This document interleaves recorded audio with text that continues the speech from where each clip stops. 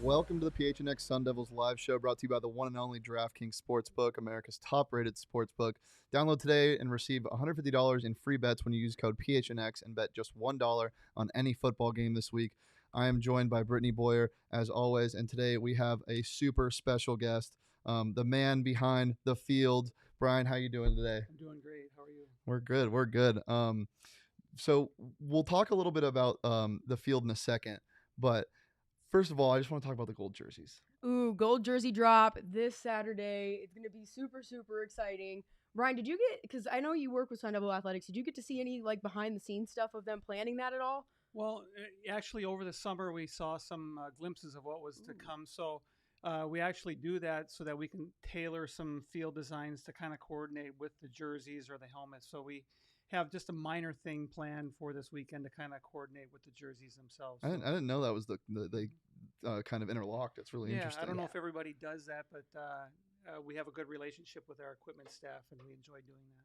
Yeah, so those gold jerseys, I wore it on our launch show day. I'm going to bring it on Thursday to show you guys in person. Well, not in person, but on video again. I'm going to hold They're it basically up, here. It's put parasocial. it on display. Yeah, it's pretty sick. I think it looks great. I think it looks a lot better than the other gold jerseys that they did in years past. They actually don't look like huge bananas out there on the field. So, yeah, what kind of, you said you have a very minor design plan for this game. Years past when they would have the salute to service game, you would do some sort of camo design on the field. We saw the amazing, huge black state of Arizona with the Sparky head leading up to the U of A game. And I know that there was a reason that you had to do that to try to hide something on the field from the week before, right? Against Oregon, I believe. Yeah, that's right. People have kind of assumed that we meant something by that state of Arizona, like the Sun Devils are ruling the state of Arizona. And I don't stop people from saying that, but in actuality, we were just trying to cover up the pitchfork from the week before with something large. And rather than just do a circle or square around it, we thought since it was an in-state rivalry, we'll do the state of Arizona. And I thought it came out beautiful. Yeah, Oh, definitely. It looked great, for sure. So you want to pull up that the tribute from last week. Brian Johnson, everybody. This is one of the coolest things I've seen on a field. Can you just talk about the idea process that went into doing this and then the actual execution of it? Well, I would like to take full credit for that, but I have a wonderful assistant, Josh Lenz, that kind of ran with that, and he's very artistic and very creative. I actually had something else planned, but then when I saw what he had planned, it was just so much better than what I was thinking, and so he had that all mocked up on his computer, and everybody within athletics was really on board with it. And the reason that we ended up going with that, it was kind of a subtle design on the field. We didn't want to do some loud painting like you would do for a celebration, because it's kind of a solemn moment, and we kind of wanted to do something, just solemn and not loud. And I thought that came out perfectly. He had it on his computer, and I thought, yeah, that looks good. And then once he kind of ran with it and actually did the painting on the field with it, I thought it just hit the mark perfectly. Yeah, definitely. It was very detailed, despite the fact that it was not an incredibly loud piece. It still had a lot of work, a lot of really special things about it that I think it takes a minute of looking at it to appreciate. So what was the process like of actually painting it on the field? Was it a different sort of approach to doing this kind of artwork because it wasn't the same? And how did you guys have to go about that? Yeah, actually, so on for a Saturday game on Thursday, we do actually spray the field green. I'm not afraid to admit it. Well, that's why it looks so beautiful. It's just a sign of the time. So we do spray the field green, and then when we cleaned out the spray rig, we had some green left over, and that's what we used to kind of give that area just a little bit of a darker green shade. And all that detail you see in there, that was just all Josh. He just kind of, the crease in the buildings to kind of give it a three-dimensional look, the antenna on top of one of them, doing the 9/11 clear with the green trim, and then the We Remember with actual green letters. So that was just a lot of string running and measuring out. Early that morning, Josh and I kind of had that all drawn on graph paper, and we actually hand brushed it on the field. and then later on that afternoon, kind of filled it in with green. And I think it's one of my favorite designs, just because of how it came out and just what it stood for. This is such a niche thing to be doing. What was the process of getting into something like this? How did you get into actually designing fields? Well, I'm just a groundskeeper, and fortunately had some talent with painting, and then just over the years, knowing what would hit the mark on a field painting wise. Typically, like you said, Brittany, you can't get too detailed and too intricate on football field logos. You kind of want big, bold logos that'll stand out. The fact that this was so large, the 9/11 tribute, the buildings were so large, we were able to get some detail in that design. But I guess it's a very unique. Groundskeepers are a very unique. It's a very unique job. We're throwing seed and fertilizer. We're mowing. We're sharpening blades. We're mechanics at times. But then you also have to throw in a little creativity, and because aesthetics play a large role in football games these days. That's just the way it is. And this job has taken you so many different places. I know you've been honored to be able to do a couple Fiesta Bowls, I believe, right? And the Cheez-It Bowl. And you've been to the Super Bowl before to paint the grass. So what have those experiences been like for you? Well, they've been wonderful. It all stemmed back to my first day on the job at ASU, where, working my first football game. My boss at the time just kind of literally gave me a paint gun and said, "Here you go. You're in charge of that." And oh my gosh. Never done it before. And so fortunately, I feel like I have a little skill that way. And then it was just really the right place at the right time for the NFL and the Super Bowl work, where Super Bowl 30 was in Sun Devil Stadium, and the NFL crew that normally does the field needed some help, and they asked if we could help, and I said sure, and then they liked the work that we did and invited us back. There's actually 3 of us on our current crew that work the Super Bowls every year, so I think it's a feather in the cap for ASU that we have 3 members that are working alongside all these other NFL groundskeepers at the Super Bowl every year. Is that the pinnacle? Is that the triumph? Was the 9/11 tribute the triumph? What is your favorite thing you've done that this job has taken you? Well, Super Bowls are great. I had worked a couple Super Bowls, Super Bowls 31 and 32, and then I had to go do the Pro Bowl for 3 years in a row in Hawaii, and I thought, well, that's really a good job over there. I don't want to ever see another Super Bowl again. But then once I started doing them again, then it's the biggest sporting event in the world. And when you're out there painting something, the midfield logo, that NFL shield is what I'm responsible for at the Super Bowl. And, that coin's getting flipped, and literally millions and millions of people are seeing your handiwork. So that's a pretty cool a pretty cool deal. Now, in terms of traveling around, coming up here, we're going to be working an NFL game in London. Ooh. And I really enjoy those games. It's kind of it's just a different atmosphere over there, and I just really love London, and that's really fun to do. But I guess in terms of prestige, that Super Bowl field, you just can't beat it. Definitely. So you said you got your start at ASU, right? What was your very first ASU game that you ever prepared for? Oh gosh, you'd think that I would be able to remember that. Looking back, it would have been the fall of 1985. Whoever ASU was first on their schedule, but literally, we kind of joke about it now, but literally, I had never painted anything in my life, and my boss, Kenny Rosenbaum, back in the day, he just said, well, we got to paint the end zone. Here you go. And so fortunately it worked out. But yeah, you know what? When I get home, I'm going to look that up. That's something that I should know, I feel. That's funny. What's like the most challenging part of this process, getting a field ready in general?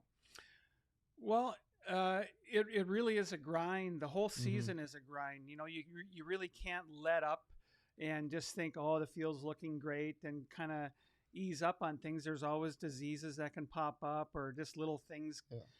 Yeah. So really, it all starts post game. After a game, we stay practically all night and mow and fertilize and reseed the field and fertilize and change heights on the mower and do this and that just kind of sets the tone for the week. And then you're just staying on top of the watering and for instance, I sprayed fertilizer today. I'm going to spray fungicide tomorrow, and then on Thursday, Friday we'll start our paint for this coming game. So there really isn't a slow day during the week. It's just it's kind of a groundskeeping is hard. It's kind of a constant battle. Do you, when the monsoon season comes, do you guys ever like see rain? You're like, damn it! Like, does it ruin it? No. I love thunderstorms and I love rainstorms. I love them. January through mid-August. But outside of football season. Yeah, outside of football season, but.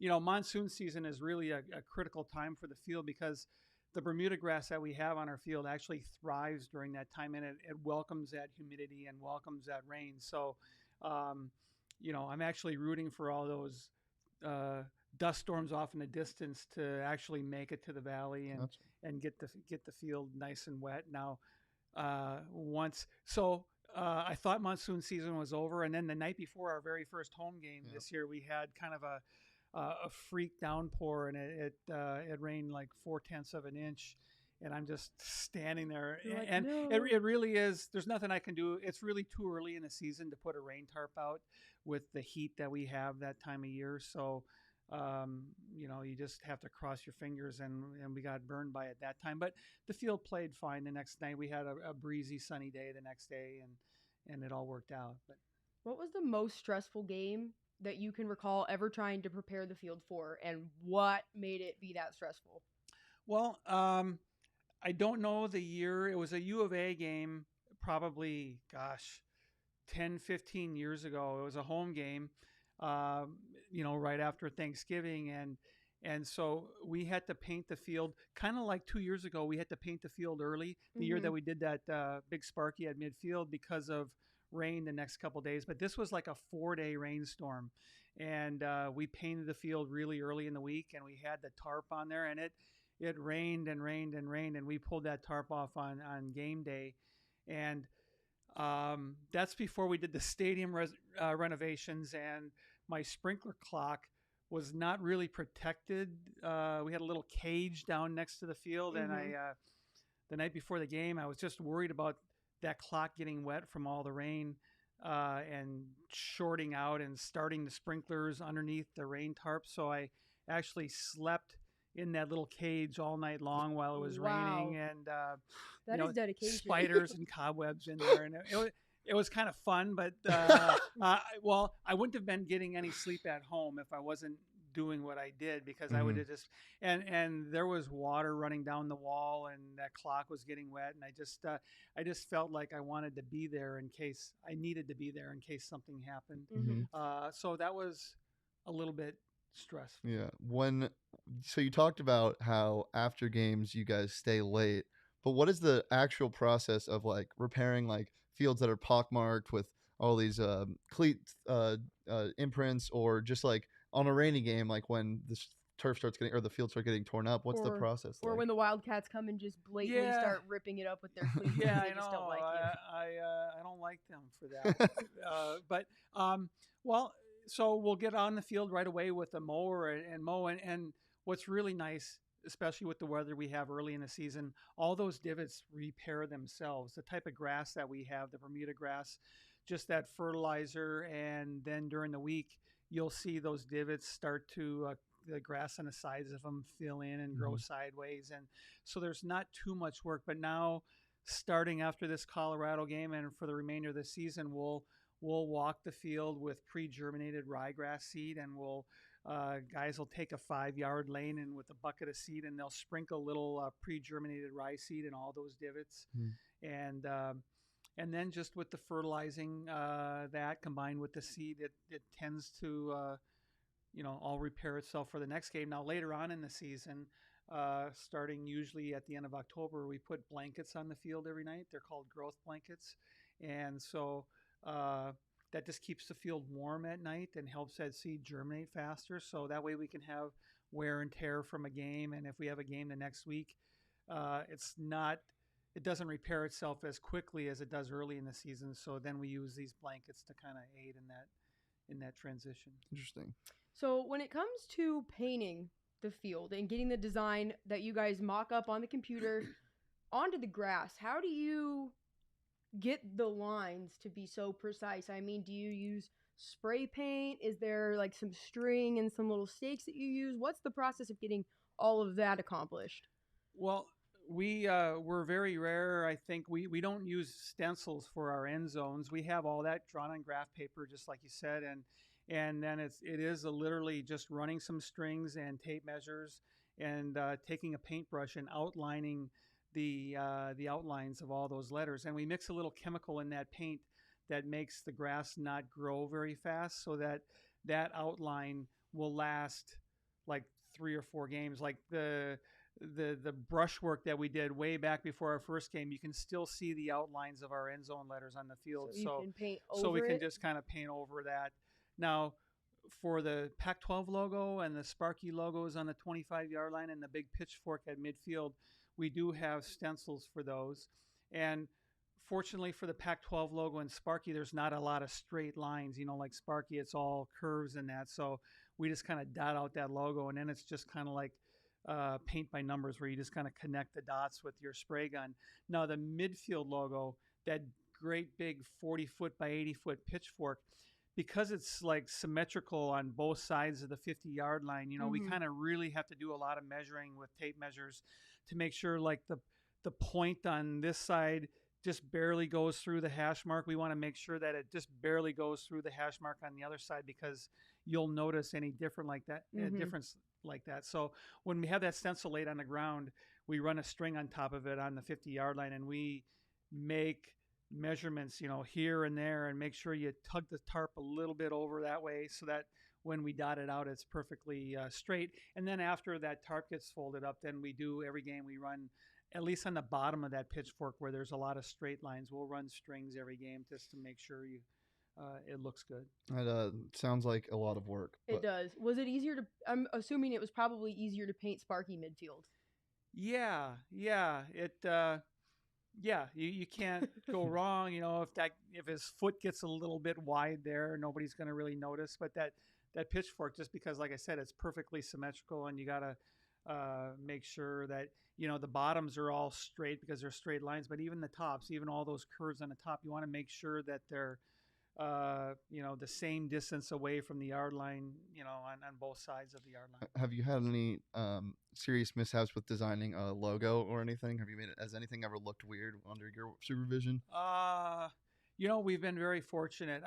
There was a time, I think it might have been the Cardinals' first or second year here, where it was a preseason game, so it was still really hot and the paint's drying really fast. But I think we painted the 10-yard line on the 5-yard line and the 20-yard line on the 15 and the 30 on the 25 before we realized we made a mistake. So it was pull those up, hurry, everybody's running to the shop to get a bucket of water, and we're trying to scrub them off. But because it was so hot, it was really hard to get it off. So for that meaningless Cardinals preseason game way, way back when, if you ever saw highlights from that, you could see a faint 10 on the 5-yard line. But other than that, we've been pretty much mistake-free. That's good. Cross our fingers. I don't want to see Sparky with like a lame eye or something one time. No. So I know that you like to kind of keep it under wraps and do a little reveal every week, but do you have anything that you want to share about some of your designs that you have in store for later in the season as ASU continues to progress? Gold jersey reveal this week. The Wildcats come back to Tempe later in the year to cap things off. Washington State at home for homecoming. You have anything in the works that you want to preview? Well, we haven't gotten what we hope to do for this weekend's game, I think, officially approved yet. I'm assuming that it'll happen, so I'll wait on that one. And then we don't actually have specific designs. I've heard that we might be doing a different midfield logo for the Stanford game because of the theme of that game. But again, that's still up in the air. Now, I do have a feeling that if I have anything to say about it, that same midfield logo for the U of A game will make a reappearance. Okay. So, because that just really kind of hit the mark for me. I think it just the coloring of it, the giant sparky face. We did that back in the day quite often in the end zones, awesome. and I just I knew when that was on paper, I just knew it was going to translate well to the middle of the field. It was large, which is fine. We had to do something large to cover up that pitchfork, and so we don't have designs really. I think that we're trying to do. We started it about.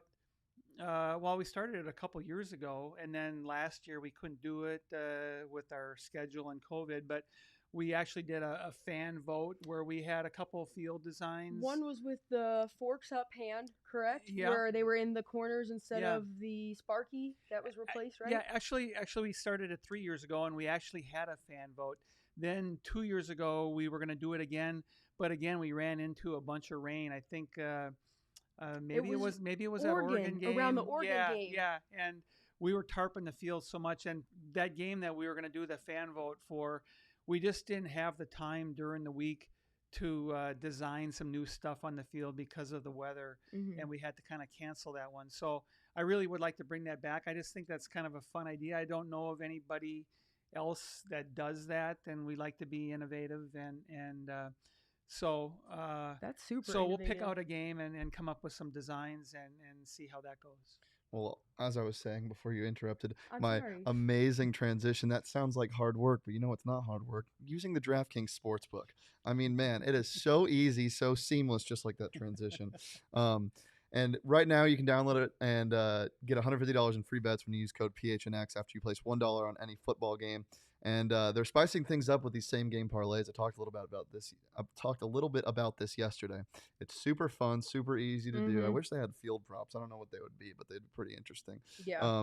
And I had some fun with it last night with Aaron Rodgers. I put under 7.5 rushing yards. He had 6, which was really fun. Pretty risky, but honestly, I kind of like the props. Yeah, they're so fun. More so than anything, Yeah. and just going and putting a couple dollars down, like $3 on somebody to rush, like whatever. Or I put money on Kyler Murray to be voted the NFL's MVP. Yeah. And so, just like a couple dollars wins you a bunch. My favorite thing in in these same game parlay props is betting the under on a player you don't like, so you can root against him. That's what I've been doing with people I don't believe in. Ooh, that's a good one. It's pretty spicy. I like Aaron Rodgers. I just don't like his legs. I don't really like Aaron Rodgers as a person. I think he's a jerk. Okay, so download the DraftKings Sportsbook app now. Use that code PHNX. Get your $150 if you place just $1 on any football game this week. Get it instantly. 21 plus, Arizona only. Gambling problem, call 1-800-NEXT-STEP. New customers only. Minimum $5 deposit and $1 wager required.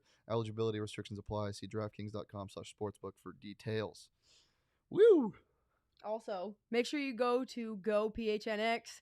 Check out what we have on the website, like we talked about the other day. We got a shirt in the works.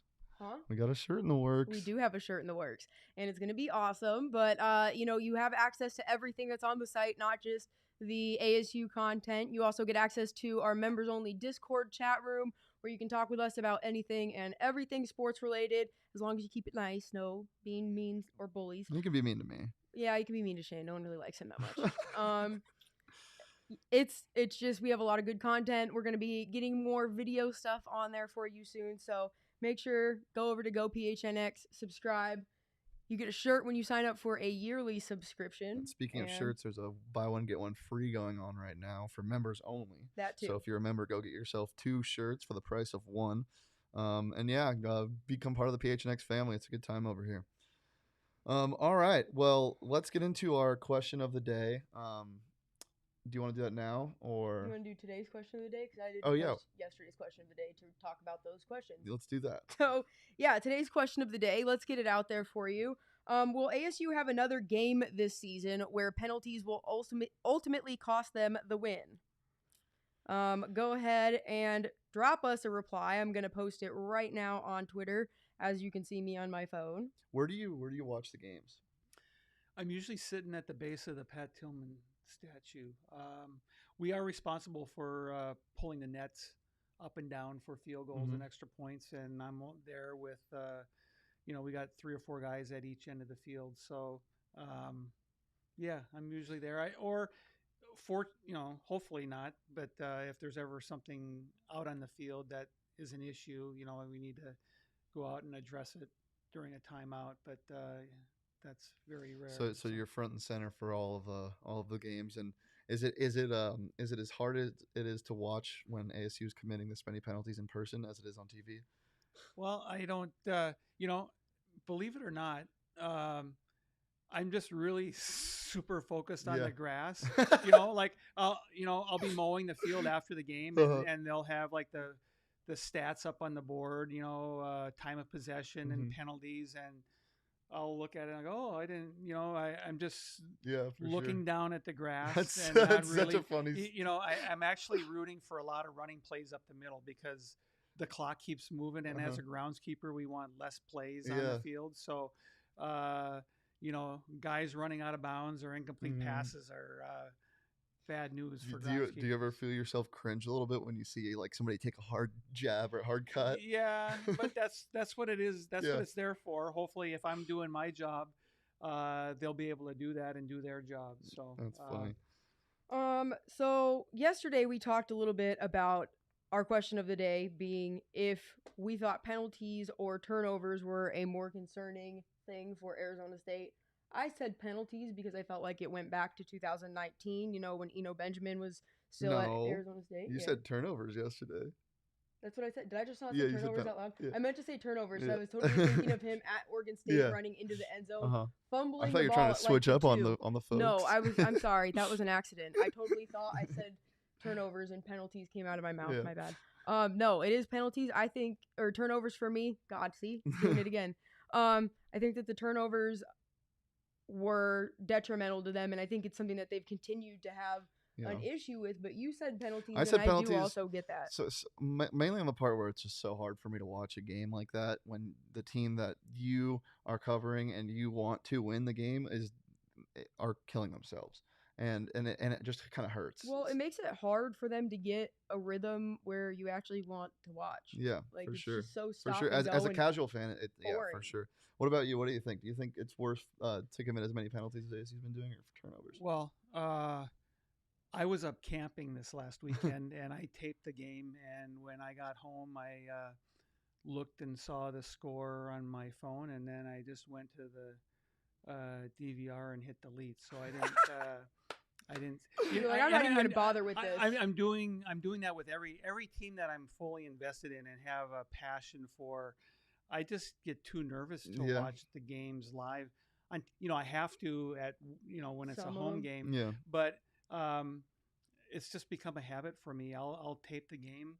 If they win the game, then I'll watch, and if they don't, then I save myself that heartache. So, but I am a fan of clean football, not turning the ball over, but I really don't have an answer for which would be their biggest issue. Yeah. I try to stay focused on the field. There's a lot of moving parts with the football team. For sure. Mm-hmm. All the players and the coaching staff and all the support staff, and if everybody just concentrates on doing their job well, it leads to good things. And we have smart people that know a lot more about football that are going to get this turned around, and I just have to trust that they're going to do that and stay focused on my job. Mm-hmm.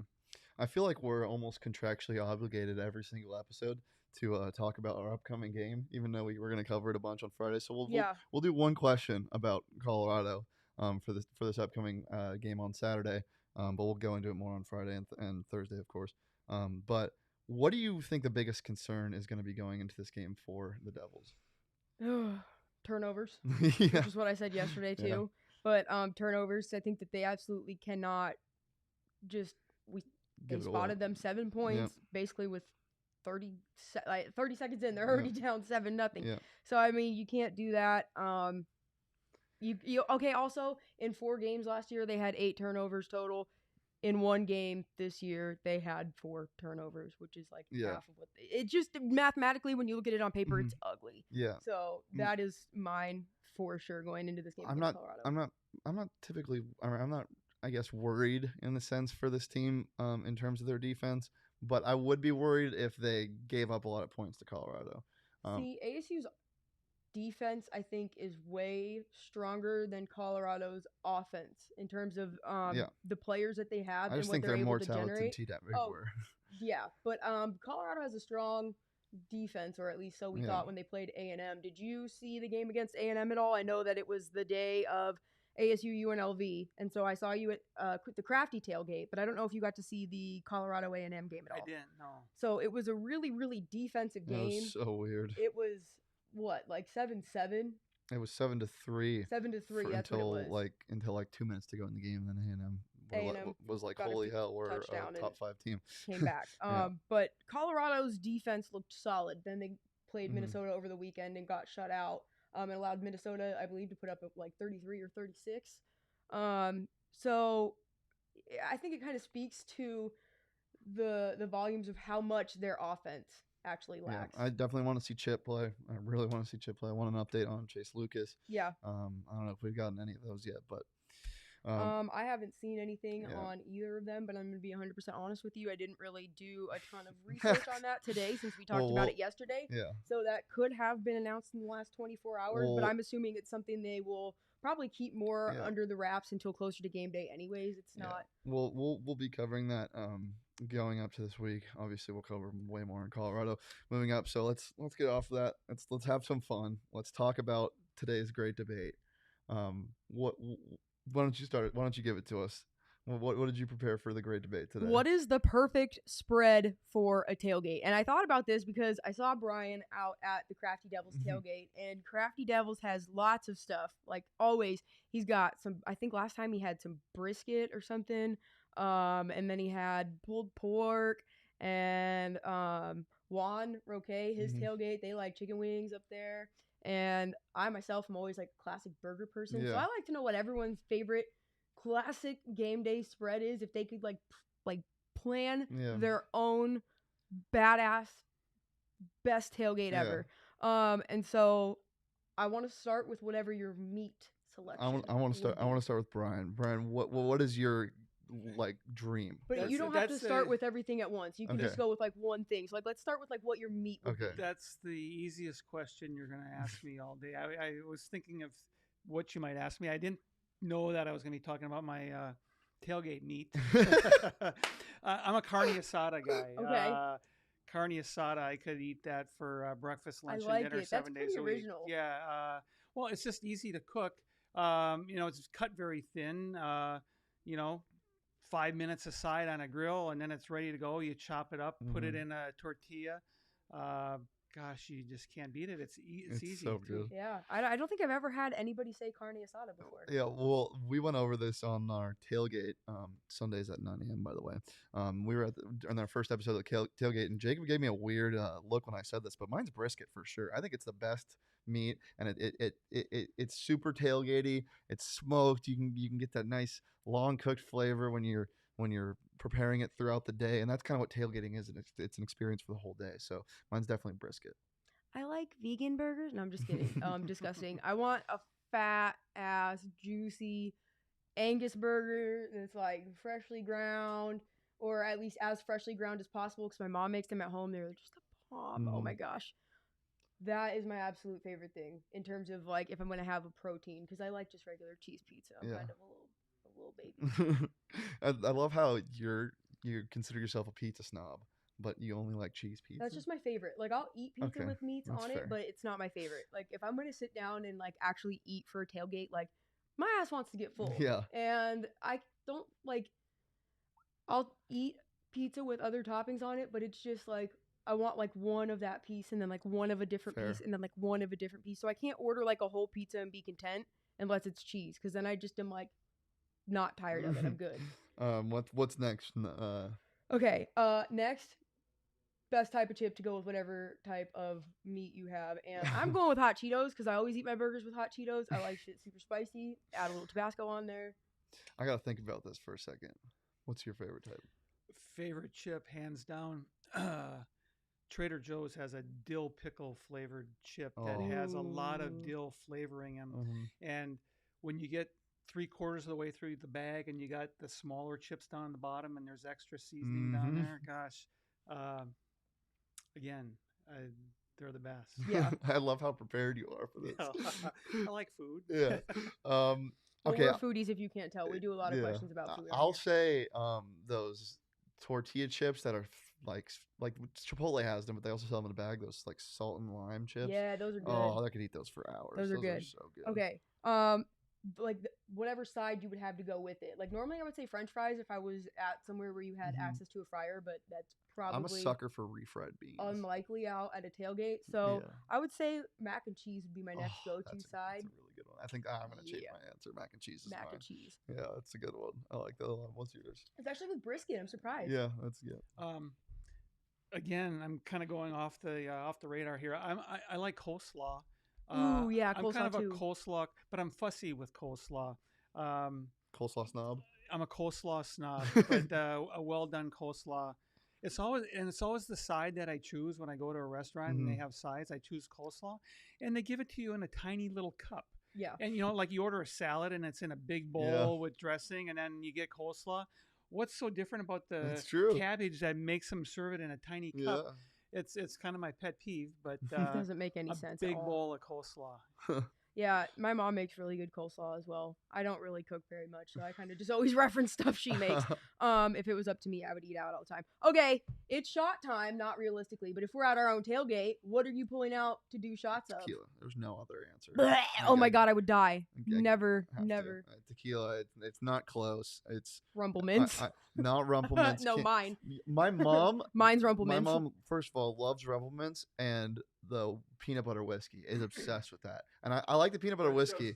Rumple Mints, Rumple Mints just I can't do it. Rumple Mints is a one-way ticket to Blackout Town, and I've learned that more times than once. But you know what? It's always good. It always goes down smooth, and it's always a great time. So, Brian, what's yours? Easiest. Earlier I said the easiest question you're going to ask me was my favorite meat, but Jägermeister. Oh yeah. You offer Jaeger to you offered Jaeger to students who didn't storm the field after one of the games. It wasn't students. I said Twitter followers. Not students, but followers. I said followers. So you hate that too? Storming the field. You must hate that. Oh, I hate that. I hate that. But I didn't say students. No, I just I saw it in front of I believe it was like a group of students, but I remember seeing. They were all 21. Just don't storm the field, and I'll give you a shot of Jaeger. And but I just love it. After every shot of Jaeger I follow it up with like a, wow, who went like this? And I just can't imagine somebody taking a shot of Jaeger and not liking it. So I mean, I'm assuming you hate Jaeger bombs. You hate people that do that. Straight Jaeger, ice cold Jaeger. One time I thought, and I don't know what I was thinking. I thought if I mixed Jaeger and root beer, it would be good. But the Jaeger ruined the taste of the root beer, and the root beer ruined the taste of the Jaeger. But so it was a good thought, but it didn't. I could see you being like one of the people who has the little Jaeger chillers in their home, like you know how when you see at the bar like the Fireball shot chillers. Like, no, it's a Jaeger chiller. Oh, I have that. You, you need to come over to my house. I have all the gear. I love it. All right. I love it. What beer are you sipping on at your tailgate the whole time? Well, it depends where I'm at. Like, if I'm at, if me and my buddies are at a tailgate, there's no other reason to have anything nice. But if I'm at a tailgate with options, it's a different question. So if we're with my buddies, we're drinking the cheapest shit we can find. We're drinking Coors. We're drinking Natty. We're drinking Keystone. But if I have options, one IPA, just one single bottle of an IPA, and then I'm gonna throw up because I would just eat too much food. So one single IPA and then light beer, except Miller. If you drink Miller, I hate you. That was a very not specific answer. All right, Brian, you want to go? Any kind of an amber, like a Michelob Amber Bock, any kind of an amber beer. What did Crafty hook you up with last week? Water. Oh. Yeah, I was working. Well, I was too. I stopped over there. I like to go over and say hi, even though when I got to go inside to go to work. And they're like, oh, you should have some. And it's like, no, I'll have some fun. We took my scooter around. I was pouring beer in Sarah's mouth while she was driving the scooter. But I'm really, like, people are going to get mad at me for saying this, but I'm really just like a Mick Ultra person. I feel like it's light and I can just crush a bunch of them and not feel like I weigh 200 pounds and also not feel like I'm going to burp the alphabets and, Yeah. I also don't get super drunk off of them, so I can keep going. So Mick Ultra would be my vote for that one. And that's about all I have for our tailgate game. Love it. You guys want to do anything else? No. What would your tailgate game be? What game do you want to play? Cornhole. Oh, see, I would be Flip Cup. Oh, well, if it's a drinking game, then yeah. It could be any game. It's tailgate. Yeah, well, I'm playing cornhole if it's just game. But if it's specifically drinking game, then I don't know. Anything works. Just depends on who's around. But cornhole is my answer for any game. What game would you play? I'm a cornhole. I'm a cornhole. I like cornhole. Yeah. But I get very easily, like, I just feel like my whole family is not fun to play with. And then I just get annoyed and I'm like, you know what? I'm done. I'm done with this. I'm going to walk away. You guys took the fun out of this process. And so no more. So yeah, at least drinking games, everyone just gets drunk and doesn't care. All right. Well, coming up this week for the Colorado game, obviously our guys down at DNVR, we got some of them coming down. So we have a bunch of really cool crossover stuff. I'm actually hopping on with RK, a guy at DNVR that covers the Buff. After this, I'm having a call to get some ideas going for what we're going to be doing. But yeah, so for the Colorado game, we're going to have some crossover stuff with DNVR X PHNX. It's going to be really fun. We'll keep you guys updated coming to this week on what's going to be coming out. Some of the stuff will be on the website, so don't forget to go subscribe at gophnx.com. Some of it will just be live stream, some will be YouTube videos, but it's going to be really fun. I'm super stoked. It is, and also just in case you guys didn't get a chance to hear yesterday's show, wrapping things up a little bit about the rest of Sun Devil Nation, Asu Triathlon did a great job over the weekend. They took first in their Duel in the Desert meet that they hosted in Tempe. They're off for a couple weeks until their next one because, let's be honest, they just did an entire triathlon. How much would somebody have to pay you to do a full triathlon? Well, yeah, I've never been a runner or a swimmer. I float in my pool, but I've never swam or ran. I can ride a bike, but I would do horrible at a triathlon. Yeah.